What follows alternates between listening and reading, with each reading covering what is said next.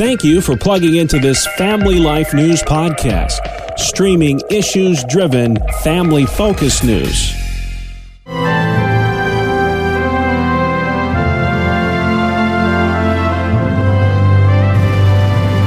This is Faith Under Fire.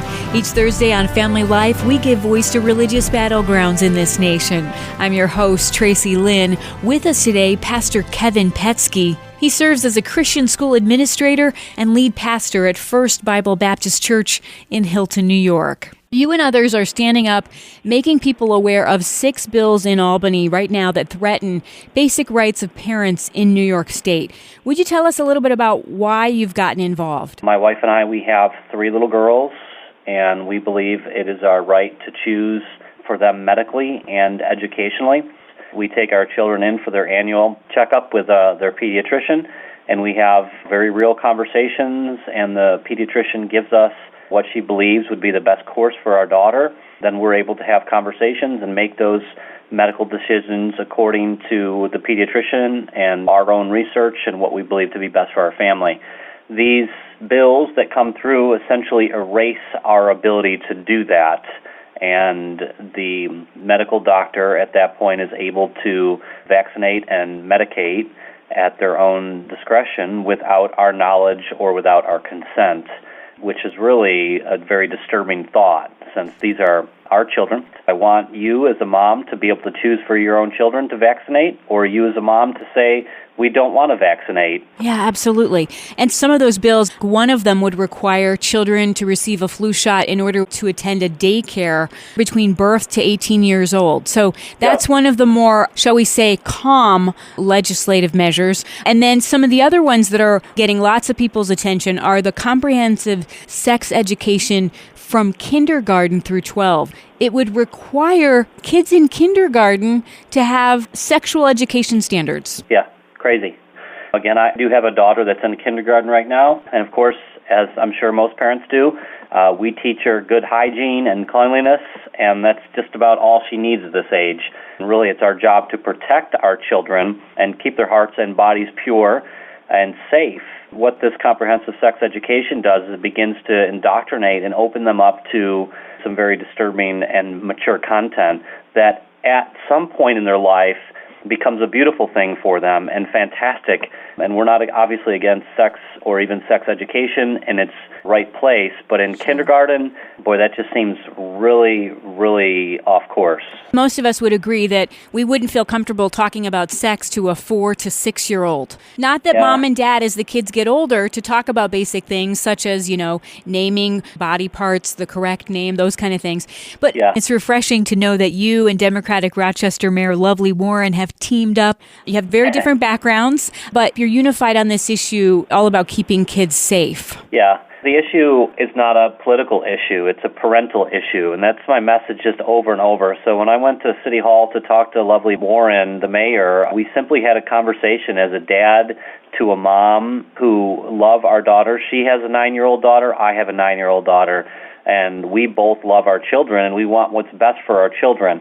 Every one of us want to be able to make these decisions, and right now we currently can. HPV is a vaccination that our doctors offer us, and people have the ability to make this decision. So this is not something new that's coming. This is something that's already there, and many people choose to have their children vaccinated with HPV, and that's certainly up to them. What's disturbing is that that's being removed, and as the mayor has stated and come out, she's opposed to that. And almost every parent that I've talked to is opposed to that as well. Kevin, would you be willing to share what you know about the HPV vaccine? All I know is that it's something that you can only get through intimate sexual contact. So to require our children to be vaccinated against something that cannot happen during school hours is, again, quite disturbing and confusing from a parental standpoint. There's no herd immunity that you get from this, or any sort of benefit that maybe you would get with measles or mumps or rubella, those types of things. I see that the measure in the Assembly is called A973A, and in the Senate it's 3899A, and that's the one that would allow healthcare practitioners to administer all STD vaccines to minors at the age of 9. Without parental consent or knowledge. I just feel like it's almost a push to gear kids to not think, but just to act. 9 years old. Yeah, Tracy. I do think there are tragedies that happen within our society, unfortunately, Sure. that allows children to become sexually active at very young ages. And sometimes those children are seeking sexual advancement because of the surroundings they're in, and sometimes they're being preyed upon. In either of those situations, though, a 9-year-old should not be given over to the state to make medical decisions. A 9-year-old should find help in the arms of their parents, their mom or their dad. Essentially, these bills that you just specifically listed allow them to circumvent their parents.